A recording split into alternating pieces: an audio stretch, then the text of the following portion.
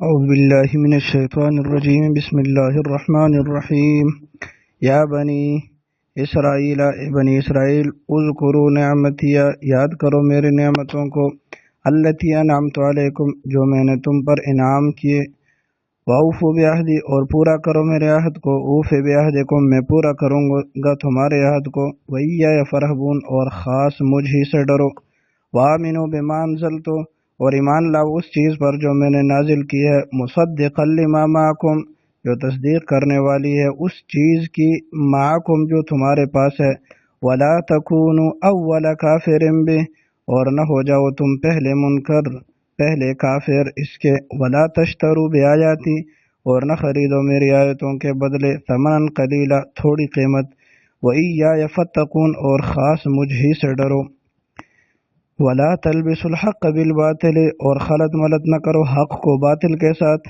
وتکتموا الحق اور نہ چھپاؤ تم حق کو وانتم تعلمون اور حالانکہ تم جانتے ہو واقیموا الصلاۃ وآتوا الزکاۃ اور قائم کرو تم نماز کو اور ادا کرو تم زکوٰۃ وارکعوا مع الراکعین اور رکوع کرو تم رکوع کرنے والوں کے ساتھ اتأمرون الناس بالبر کیا تم حکم دیتے ہو لوگوں کو نیکی کا وتنسون انفسکم اور بھول جاتے ہو اپنی آپ کو وانتم تتلون الکتاب حالانکہ تم کتاب پڑھتے ہو افلا تعقلون کیا پس تم سمجھتے نہیں واستعینوا بالصبر والصلاۃ اور مدد طلب کرو صبر اور نماز کے ساتھ وانھا لکبیرۃ اور بے شک یہ نماز البتہ بھاری ہے الا علی الخاشعین مگر ان لوگوں پر جو عاجزی کرنے والے ہیں الذین یظنون وہ لوگ جو یقین رکھتے ہیں انہم ملاقو ربہم بے شک وہ ملاقات کرنے والے ہیں اپنے رب سے وانہم الیہ راجعون اور بے شک وہ اسی کی طرف لوٹنے والے ہیں یا بنی اسرائیل اذکروا نعمتی التی انعمت علیکم واوفوا بعہدی اوف بعہدکم وإیایا فرحبون ان آیات کا پچھلی آیات کے ساتھ ربط یہ ہے کہ پہلے نعمت عامہ برعامہ کا ذکر تھا، یعنی نعمتیں بھی عام اور تھی بھی عام مخلوق پر۔ اب آگے نعمت خاصہ برخاصہ کا ذکر ہے، یعنی نعمتیں بھی خاص اور جس قوم پر ہوئی وہ بھی خاص، یعنی بنی اسرائیل۔ اب ان نعمتوں کی تفصیل آگے کئی رکوع میں وہ بیان ہو رہی ہے۔ یا بنی اسرائیل، اسرائیل حضرت یعقوب علیہ السلام کا لقب تھا۔ اسرا کا معنی ہے عبد اور ایل کا معنی ہے اللہ، تو مکمل معنی بنے گا عبد اللہ۔ اللہ تعالیٰ نے حضرت یعقوب علیہ السلام کو 12 بیٹے عطا فرمائے تھے اور بیٹی کوئی نہیں تھی۔ بعض روایت میں ایک بیٹی کا ذکر بھی آتا ہے۔ تو ان 12 بیٹوں میں سے صرف حضرت یوسف علیہ السلام پیغمبر تھے، باقی جمہور کے نزدیک پیغمبر نہیں تھے۔ حضرت یعقوب علیہ السلام کی اولاد در اولاد در اولاد در اولاد کو بنی اسرائیل کہتے ہیں۔ بنی اسرائیل میں اللہ رب العالمین نے تقریباً 4000 پیغمبر مبعوث فرمائے۔ ان کے آخری پیغمبر حضرت عیسیٰ علیہ السلام تھے، جن کا ذکر کلام مجید میں بھی ہے۔ وَرَسُولًا إِلَىٰ بَنِي اسرائیل، حضرت عیسیٰ کو بنی اسرائیل کی طرف رسول بنا کر بھیجا گیا، اور 4 مشہور آسمانی کتابیں تورات، زبور، انجیل اور قرآن مجید میں سے 3 پہلے انہی بنی اسرائیل کو دی گئی، اور مشہور اس لیے فرمایا کہ ان کے علاوہ اور کتابیں اور صحیفے بھی ہیں مگر وہ مشہور نہیں ہیں۔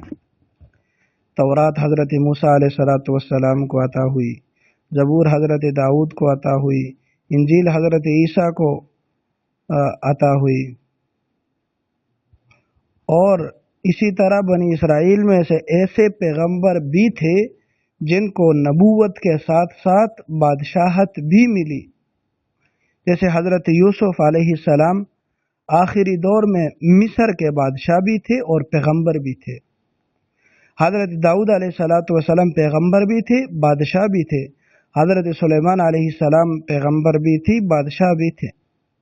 ان کو اللہ تعالیٰ نے ظاہری باطنی نعمتیں عطا فرمائی تھی، اور عام بنی اسرائیلیوں پر جو انعامات ہوئی ان کا ذکر اگلے 2 رکوع میں آئے گا۔ اللہ تعالیٰ فرماتے ہیں یا بنی اسرائیل، اے اسرائیل کی اولاد، اذکروا نعمتی، یاد کرو میرے نعمتوں کو، التی انعمت علیکم، جو میں نے تم پر انعام کی۔ یاد کرنے کا مطلب ہے کہ ان کا شکر ادا کرو۔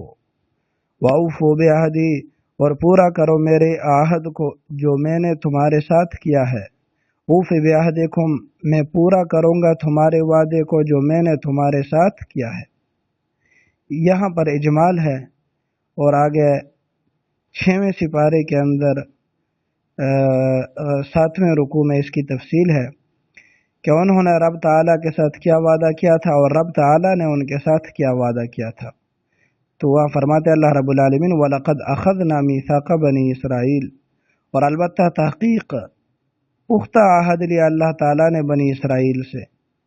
تو آگے فرماتے وہ عہد کیا تھا، انی معکم، میں تمہارے ساتھ ہوں، لئن اقمتم الصلاۃ، اگر تم نے قائم کی نماز، وآتیتم الزکاۃ، اور تم زکوٰۃ دیتے رہے، وآمنتم برسلی، اور میرے رسولوں پر ایمان لاتے رہے، وعزرتموہم، اور تم ان کی عزت اور قدر کرتے رہے، وَأَقْرَضْتُمُ اللَّهَ قَرْضًا حَسَنًا، اور تم اللہ تعالیٰ کو قرض حسنہ دیتے رہے، یعنی اللہ تعالیٰ کے راستے میں خرچ کرتے رہے۔ یہ کام بنی اسرائیلیوں کے ذمے تھا کہ وہ پورا کرتے رہیں۔ تو اللہ تعالیٰ فرماتے ہیں وَأُوفِ بِعَہْدِکُمْ، اور میں نے جو تمہارے ساتھ وعدہ کیا ہے اے بنی اسرائیلو، وہ میں پورا کروں گا۔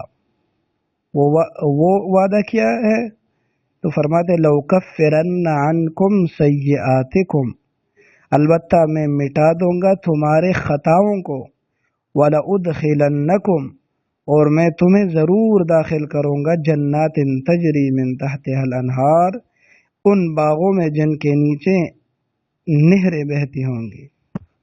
تو یہ اس معاہدے کی تفصیل ہے 6 پارے میں۔ فرمائے وَإِيَّايَ فَارْهَبُونِ، اور مجھ ہی سے ڈرو۔ فرحبون یہ اصل میں فرحبونی تھا، یا کو تخفیف کے طور پر حذف کر دیا گیا، معنی بنے گا اور خاص مجھ ہی سے تم ڈرو۔ وَآمِنُوا بِمَا أَنزَلْتُ، اور ایمان لاؤ اس چیز پر جو میں نے نازل کی ہے، یعنی قرآن کریم، مصدقا لما معکم، اور یہ قرآن کریم تصدیق کرتا ہے ان چیزوں کی جو تمہارے پاس ہے۔ تمہارے پاس کیا ہے؟ تورات، انجیل، زبور، جو اصل آسمانی کتابیں تھیں۔ وَلَا تَكُونُوا أَوَّلَ كَافِرٍ بِهِ، اور نہ ہو جاؤ تم پہلے منکر اس کے۔ اے بنی اسرائیل، اگر تم انکار کرو گے تو تمہاری طرف دیکھ کر دوسرے بھی انکار کریں گے، تو ان کا وبال بھی تمہارے اوپر پڑے گا، ان کا گناہ بھی تمہارے ذمے ہوگا۔ حدیث پاک میں آتا ہے من سن سنتا حسنہ، جس کسی نے اچھی چیز لوگوں کے سامنے پیش کی، کسی سنت کو زندہ کیا اور اس کو دیکھ کر اور لوگوں نے بھی عمل کیا، تو ان لوگوں کے برابر اس کو بھی اجر ملے گا، اور ان کے اجر میں بھی کوئی کمی نہیں آئے گی۔ لیکن جس نے کوئی برا طریقہ رائج کیا تو اس پر جتنے لوگ چلیں گے، جتنا گناہ ان کو ہوگا، اس رائج کرنے والے کو بھی ان سب کے برابر گناہ ہوگا، اور ان کے گناہ میں کوئی کمی نہیں ہوگی، اور ان کے گناہ میں کوئی کمی نہیں ہوگی۔ تو اللہ تعالیٰ فرماتے ہیں وَلَا تَشْتَرُوا بِآيَاتِي ثَمَنًا قَلِيلًا، اور نہ خریدو میری آیتوں کے بدلے تھوڑی قیمت۔ اس کا یہ مطلب نہیں کہ زیادہ قیمت کے بدلے بیچنا جائز ہے، کیونکہ دنیا اور جو کچھ دنیا کے اندر ہے یہ اللہ تعالیٰ کے ہاں سب قلیل ہیں، سبھی تھوڑے ہیں۔ چنانچہ ایک حدیث مبارکہ ہے، فرماتا آپ علیہ والسلام نے فرمایا کہ دنیا اور جو کچھ دنیا میں اس کی قیمت اللہ تعالیٰ کے ہاں مچھر کے پر کے برابر بھی ہوتی تو اللہ تعالیٰ کافر کو ایک گھونٹ پانی کا بھی نہ دیتا۔